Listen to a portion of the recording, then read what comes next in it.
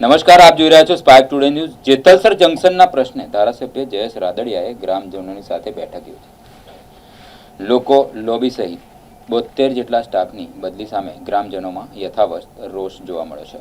Lobby shift કરવાના નિર્ણયનો ગ્રામજનો દ્વારા ઉગ્ર વિરોધ કરવામાં આવ્યો છે। રેલવે બચાવ સમિતિનું એક પ્રતિનિધિ મંડળ રેલવે મંત્રીને મળ્યું અને રેલવે મંત્રીના આશ્વાસન મળતા જ આંદોલન સ્થગિત કરાયું। ધારાસભ્ય જયેશ રાદડિયાએ રેલવે જીએમને આંદોલનની ચીમકી આપી હતી। આંદોલનની ચીમકીને સમય પૂર્ણ થતાં ધારાસભ્યએ સ્થિતિની સમીક્ષા કરી। પશ્ચિમ રેલવેના જીએમ સાથે સતત સંપર્કમાં હોવાનો જયેશ રાદડિયાનો દાવો છે। સ્ટાફની બદલી પ્રક્રિયા શરૂ થઈ ગઈ છે। જોકે ઓર્ડર બાદ ફરી કોઈ વિલંબ થશે તો આંદોલન ફરી શરૂ કરીશું। આવનારા દિવસોમાં પ્રશ્નનું નિરાકરણ નહીં આવે તો આંદોલન અનિવાર્ય રહેશે। જેતલસર જંકશનનું મહત્વ યથાવત રહે તે માટે પ્રયાસો ચાલુ હોવાનું નિવેદન આપ્યું છે। જેતલસર જંકશન ખાતે લોબી શિફ્ટિંગનો પ્રશ્ન હતો। જેતલસર જંકશન રેલવે બચાવ સમિતિ અને આ જગ્યા ઉપર ગામ લોકોએ ઉપવાસ પણ કર્યા હતા। અહીંથી એક કમિટી ટીમ બનાવી અને દિલ્હી ખાતે સાંસદ કેન્દ્રીય મંત્રી મનસુખભાઈ માંડવિયાને રેલવે મંત્રી સાથેની મિટિંગ પણ થઈ હતી અને જે તે વખતે એક નિર્ણય કર્યો હતો કે જેતલસર જંકશનની જે માગણીઓ છે તે પરત શિફ્ટિંગ કરવામાં આવે। એ માગણી પછી અહીંનો ઉપવાસ હતો, એ ઉપવાસમાંથી લોકો પારણા કર્યા હતા અને આંદોલન ત્યારે બંધ રાખેલું હતું।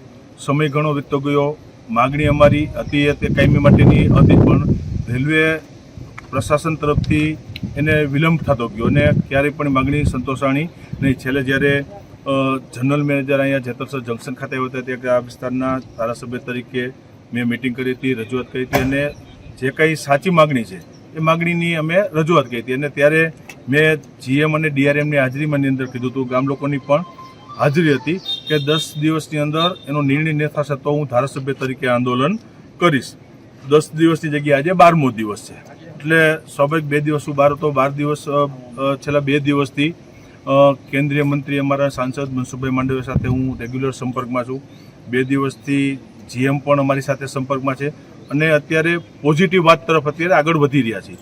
કાંઈ ગઈકાલે પણ અનેક વખત વાત થઈ છે, આજે સવારે પણ એનો કોલ હતો અને કે અમે શિફ્ટિંગના ઓર્ડર અમે ચાલુ કરી છે। લગભગ આજે બપોરે 1:30 વાગ્યા આસપાસ એક ઓર્ડરની પડીને ટ્રાન્સફર પણ અત્યારે કર્યું છે। એટલે મને જીએમ એમ કીધું કે અમે પ્રોસેસમાં એનું લઈ લીધું છે, એની હવે ટ્રાન્સફરની પ્રોસેસ અમે ચાલુ કરી છે। એટલે મેં જીએમ સાથે પણ વાત કરી કે ભાઈ એ તમે ટ્રાન્સફરની પ્રોસેસ કરી છે, હજી મારી માગણી છે કે એને વહેલી તકે તમે પૂર્ણ કરો। સ્વાભાવિક 2 દિવસ શનિ રવિ રજા આવે છે તો આંદોલન કરવા માટેનું મારી માગણી એટલી જ હતી કે અમારી લોબી અહીંયા શિફ્ટ થાય, એના માટે મારું આંદોલન હતું। અને જો રેલવે પ્રશાસન તરફથી પોઝિટિવ ચાલતા હોય, જીએમ લેવલના વ્યક્તિ હોય, પોઝિટિવ વાત કરતા હોય તો આપણે 2-3 દિવસ રાહ જોવામાં કંઈ મને એવી બીજી કંઈ તકલીફ નથી, કારણ કે એના માટે તમારા પ્રશ્નના નિરાકરણથી મતલબ છે।